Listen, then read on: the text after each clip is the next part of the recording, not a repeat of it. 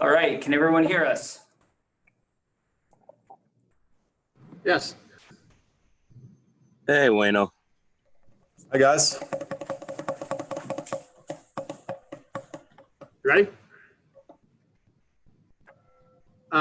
What have you learned even more about Kim since you spent the last several weeks with him, besides spending some time with him in spring training and then spending time with him today? Yeah. He's first of all, he's a great athlete. Can tell he moves well. He's very fast. He whoops me in races all the time. But very, very quality individual. Him and Craig, his interpreter, are both great people. Had good conversations with them the whole time. I told him the other day, I was so thankful that they were here because, throwing with a net for a while, I thought, this is really great. I'm loving this. And then, you just don't know what you're missing out on when you finally throw with a big league thrower pitcher that plays a great game of catch, and you can do more things and get their feedback on the ball, how it's coming out and all kinds of stuff. It was really great having him here. And I was just so thankful to have a great catch partner like KK this whole time. Can you imagine how hard it's been for him to be without his family for spring training and then be without his family for 3 more months and then now? Yeah, that's where I'm feeling for him. As a guy who has a bunch of kids myself, that's really hard for him. The other part of it is, he goes to a new league, doesn't know anybody, no friends here in St. Louis except for Craig. Really, it's not like you can go out and sightsee.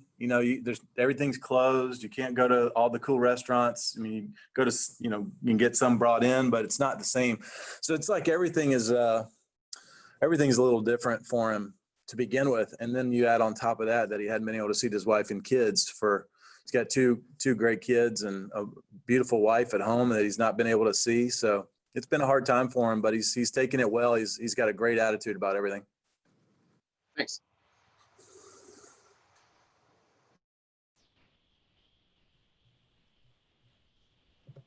Hey, Adam, you're live today. What did you take from that? And I noticed that you went 4 innings instead of the normal 3 that the other pitchers have been doing. Does that speak to where your stamina is? Yeah, that's where I've been conditioning towards the last few weeks. Today was my 3rd time pitching 4 innings. I was planning on going 4 last time too, but we got rained out after 2. So I went 4, 4, 2, 4. My last 4 starts. So been kind of building there, kind of keeping it there. I mean, I know I'm going to have a few more starts here before the season kicks off. So I feel like that's a great jumping off point. It's always different. Even today, I mean, I've been facing this kind of the same amount of, same kind of hitters, big quality, big league hitters, and DeYoung and Colton and Tommy Edmonds some. But when you put the pants on and the uniform, it's just a little bit different. It's a little hotter out there today. I mean, the humidity is really kicked in now here in the Midwest. So it's really good to get these kind of game-like conditions under our belt before we start. Wayno, there's so many challenges ahead with, who knows what's coming in terms of the season. You're such an optimistic, positive guy. What's your sense of what lies ahead as you guys try to start playing games? Just one day at a time, Jimbo. That's where we're trying to keep it. We're not trying to get too far ahead of ourselves. The numbers keep coming back, every day. I think today or yesterday we heard about Freddie Freeman and his crew and over there in Atlanta. And so what we had a meeting today about was just making sure that we make sure that we're doing everything we possibly can to ensure that there will be a season from our end.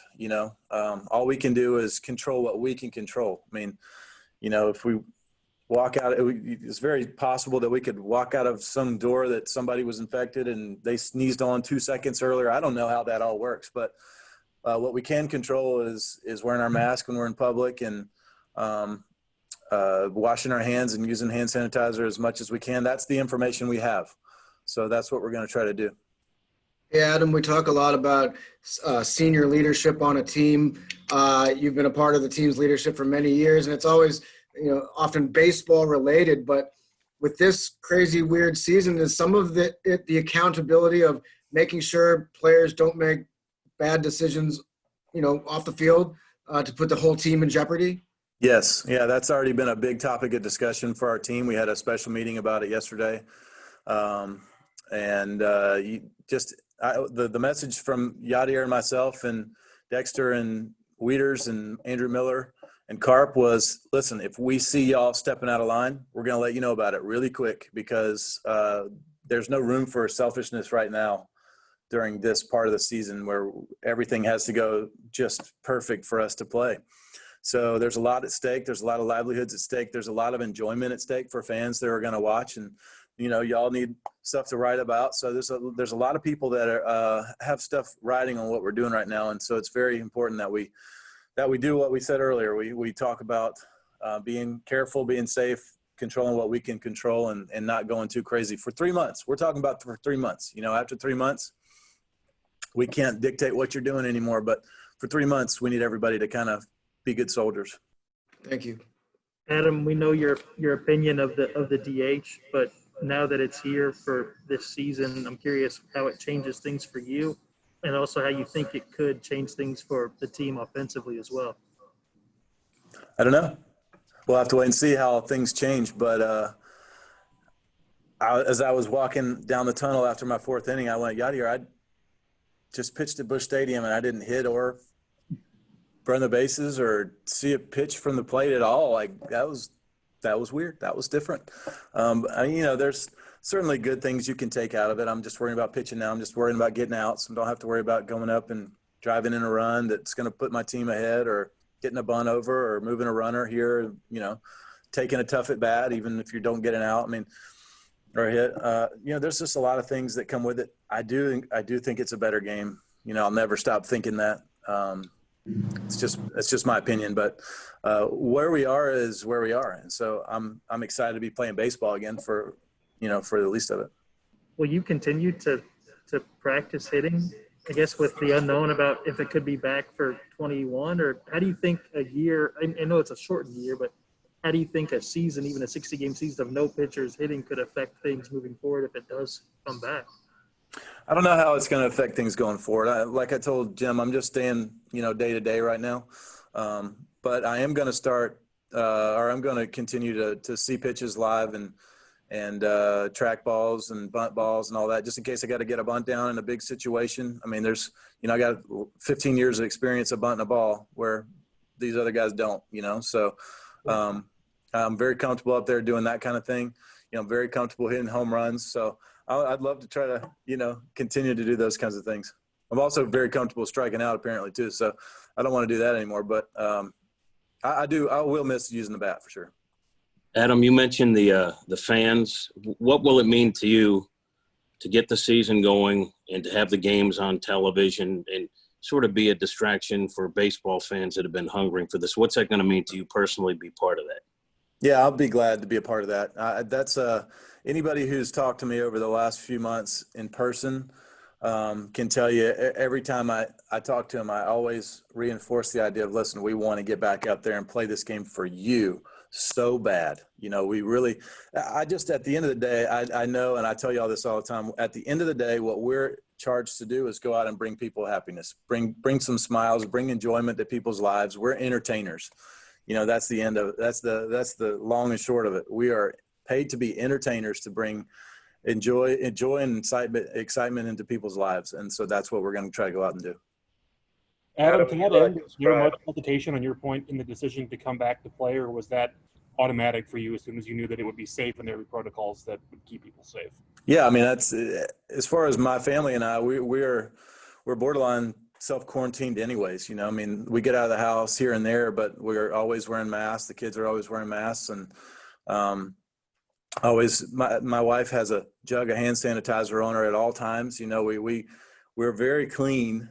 Our house is the cleanest it's ever been. We have these highfalutin air filters in our house to make sure that the air we're breathing in is good. And so we're doing everything we possibly can. And that's really all we can do. But I asked my wife right away, I was like, you good with me playing? Because, I really want to play. And she goes, yeah, of course I'm good with you playing. We're going to continue to be careful though and safe though. And I said, of course, yeah, that's part of it.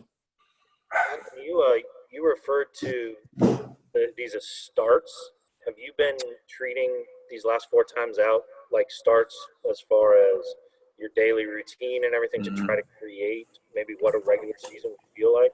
Yes, yeah. I mean, except for a film room session, everything I've been doing has been exactly like I do during the regular season. I've found a routine that I really like the last 2 years, and I'm sticking with that. And everything seems to, if I have to tweak it from here and there, then I do small things. But there's a pregame warm up routine that I like to do. There's a pregame routine in the training room and in the weight room that I like to do that really gets my body into a good spot to play and perform. And I've been doing that every time.